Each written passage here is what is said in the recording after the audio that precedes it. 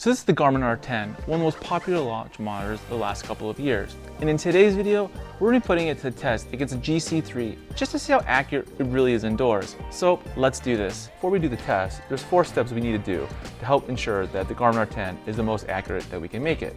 Now, the first thing you have to do is make sure that the Garmin R10 is up to date.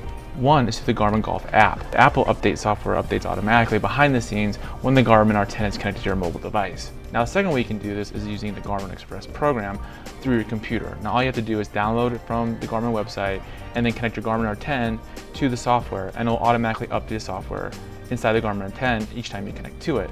So once the Garmin R10 has been updated, the next thing you're going to want to do is make sure that the unit is calibrated.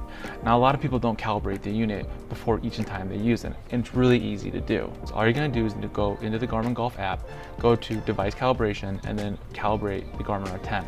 This usually takes anywhere between 30 seconds to a minute, and once calibrated, you know the Garmin R10 is internally ready to go. Once you have the Garmin R10 updated and the unit's been calibrated, you're going to want to make sure that the Garmin R10 is set up in the right location. For indoor use, you're going to need to have the ball at least 8 feet away from the net or screen.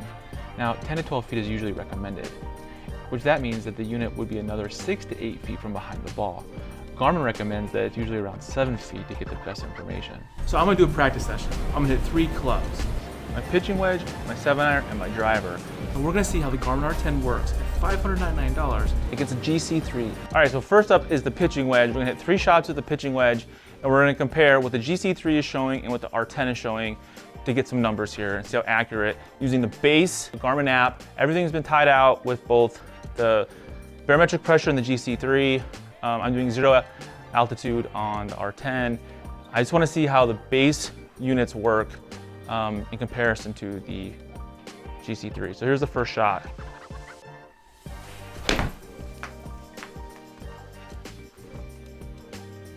Okay, so on this first shot with the pitching wedge, I got a 109 carry on the GC3, a 109 carry on the R10. That's pretty impressive. I got a 8149 backspin, 7902, so it's off by about 200 RPM, which again, I'm using the RCT ball, so it should get this good spin numbers for us. And then the ball speed is 87.7 on the GC3 and 87 on the R10. Now that is cool. All right, let's do another one. Oh, that was a terrible shot.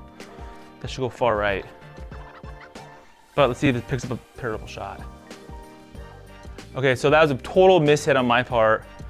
The GC3 is showing a 96-yard carry. The carry on the R10 is showing 93, so it's a 3-yard difference. I got an 83.8 on the ball speed with a ball speed of 82 on the R10. The spin rate is showing 7750 on the R10 and 8,099, so about 300 difference on the RPM.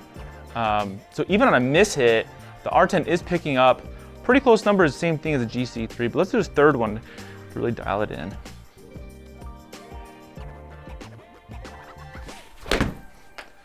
Money. So I hit that one a lot better. Okay, so I got a carry distance on the R10 of 125, a carry distance of 125 on the GC3, so exactly the same. We have 8,000 RPM on spin, 7931, so it's only off by 70 on the RPM. And then last of all is the ball speed is showing 97.1, and the ball speed is showing 97, so it's almost the exact same numbers. So that's pretty cool to see the Garmin app is really picking up the pitching wedge, and the numbers are dialed in with the GC3, because the GC3 is $6,000 and the R10 is $599. So let's go ahead and move on to the next club. Okay, so now we're gonna do 7-iron. Everything's all been set up. Let's see how these numbers turn out on the 7-iron. Okay, so on that shot, I got 132 on the carry on the R10, 134 on the GC3, so it's only off by 2 yards.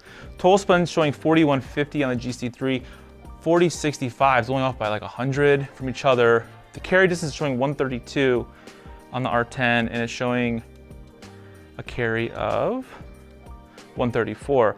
So, I mean, that's dead on right there. That's pretty impressive that's that close. Let's do another shot.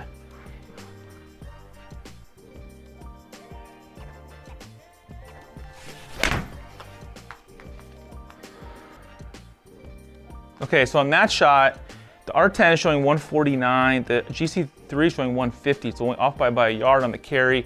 I got a spin rate of 50.81 on the R10 and a spin rate of 50.74. Holy crap, that's like 7 off. And then lastly, the ball speed is 107 on the GC3, and we got a ball speed of 108. So that's pretty dead on right there itself. I'm pretty impressed by two that are dead on with the 7-iron. Let's do one more.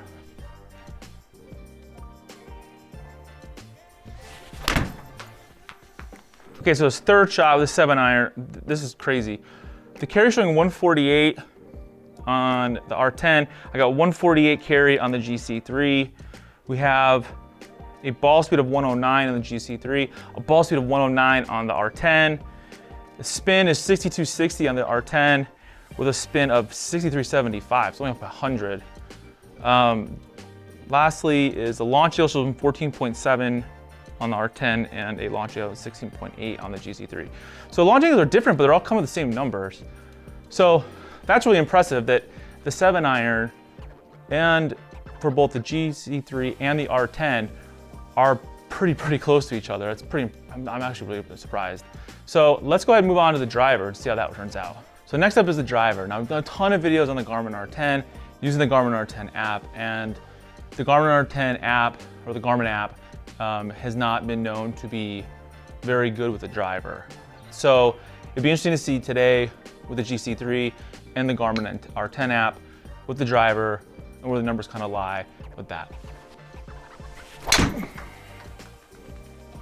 So on this first shot, the GC3 showing a 198 carry, the R10 showing a 193. It's only off by 5 yards. That's pretty good so far. The spin rate's 49.62. Spin rate showing 50.99. It's only off by like 100. And the ball speed is 138, 137. So it's showing pretty close here.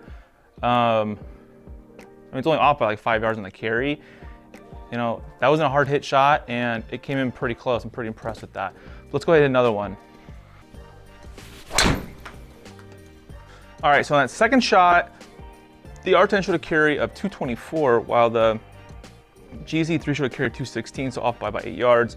Spin is 42.99 on the GC3 to 41.60. Again, off by about 100 RPM, which is pretty impressive. And the ball is showing 143. It's almost showing the exact same stuff. That's pretty impressive what the R10's doing today. All right, let's do one more.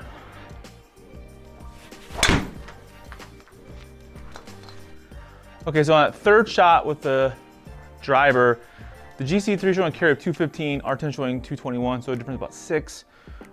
RPM is 39.86, 4100, so again about 150 off. And ball speed's 142, ball speed's 142. I mean, they're pretty close.